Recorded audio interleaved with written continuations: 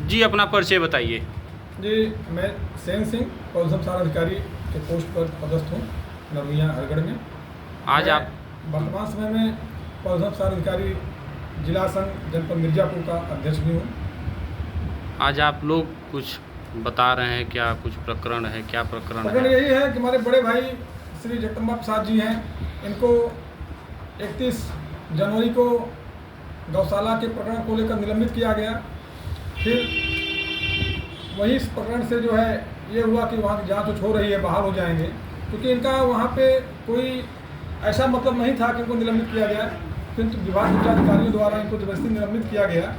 निलंबन के पश्चात हम लोग भी संगठन की तरफ से 1-2 बार मिले अपर निदेशक महोदय से कि इनको जल्दी से जल्दी बहाल कर दिया जाए, क्योंकि ये 6 महीने में रिटायरमेंट होने वाले हैं, भाई वृद्धावस्था के कगार पे हैं। इनके ऊपर भी भाई निलंबन, क्योंकि 35 साल के इतिहास में इन्होंने अपनी नौकरी सकुशल अच्छे ढंग से और एक बेस्ट कार्यकर्ता के रूप में जो है व्यतीत किया।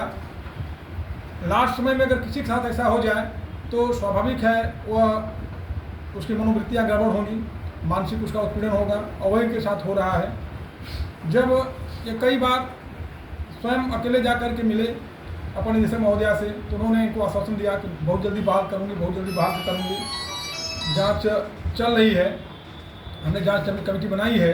जांच कमेटी आपने बना दिया वो तो ठीक, जांच कमेटी के अध्यक्ष जैसा आप बता रहे हैं डॉक्टर उपेंद्र सिंह जी, जो कि परियोजना निदेशक हैं सिप में, और उनके अंतर्गत 2 जो है, एक उप निदेशक स्तर के डॉक्टर भारत भूषण यादव जी हैं, जो कि गायनोकोलॉजिस्ट हैं अपर निदेशक कार्यालय में, और एक है डॉक्टर राधे मोहन जी, जो कि मुख्य पशु चिकित्सा अधिकारी सोनभद्र में जो है डिप्टी सीबीओ स्वास्थ्य के पद पर पदस्थ हैं। इन दोनों लोगों की कमेटी बनाई जाती है, और डॉक्टर उपेंद्र के द्वारा इनको भी पत्र, जगदम्बा जी को भी पत्र एक दिया जाता है कि आज दिनांक इतने 1 बजे आप वहाँ उपस्थित रहिएगा, गौशाला के प्रकरण में जांच होगी।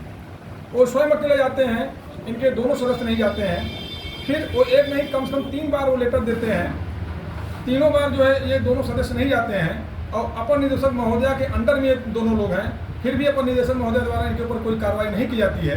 तो इसका हम लोग क्या समझें कि जांच सही दिशा में चल रही है कि जांच जो है गलत दिशा में चल रही है।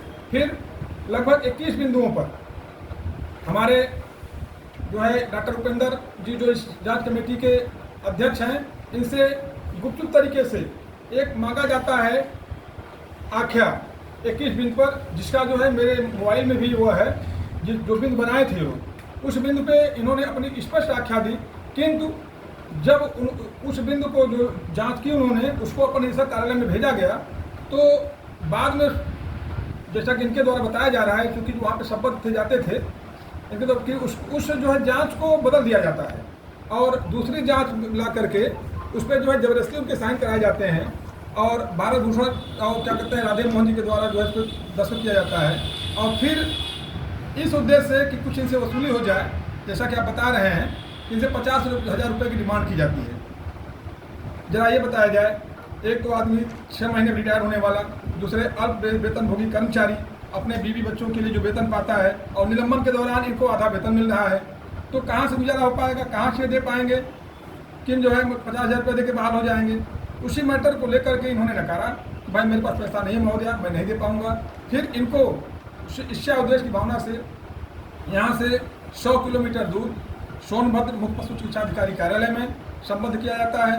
वह इसलिए किया जाता है कि इतना दूर कर दूंगी तो ये आने जाने में परेशान होगा, फिर वहाँ के अधिकारी से इसके विषय में मैं उल्टा सीधा लिखवाऊंगी, तो फिर निश्चित रूप से पैसा देगा।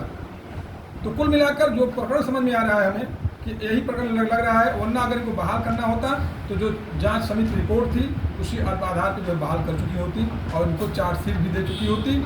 अब ये सोच लीजिए, इतनी ताज्जुब और इतनी विडम्बना है कि जब 90 दिन के अंदर कर्मचारी को या किसी भी सस्पेंडेड जो अधिकारी कर्मचारी को चार्जशीट देनी चाहिए, किंतु 109 या 15 दिन बीत जाने के बावजूद भी इनको जो है अभी तक चार्जशीट नहीं दी गई। तो इसका मतलब क्या समझा जाए? अध्यक्ष जी, जो जांच टीम बनाई गई थी, उस जांच टीम क्या की, मतलब कुछ मतलब कुछ देखी हो कि ऐसे ही जांच टीम तो एक्चुअली में वहाँ सिर्फ अध्यक्ष को छोड़ करके जांच टीम के 2 सदस्य तो गए ही नहीं, जबकि 3 बार शायद इनको लेटर इशू हुआ है कि आज दिनांक कितने को 1 बजे आप वहाँ उपस्थित रहिए, जांच टीम जाएगी।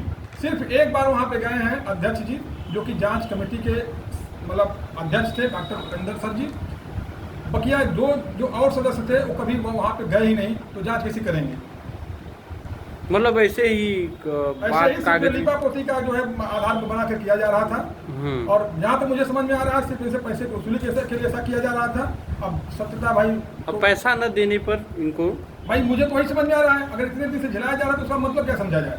जी, अगर जो है 110 दिन से झेलाया जा रहा है, 109 दिन से झेलाया जा रहा है, तो उसका मतलब क्या निकल के आता है कि कहीं न कहीं से कुछ न कुछ तो गड़बड़ी है कि जो कि इस प्रकार का जो है मतलब व्यवहार किया जा रहा है। ठीक।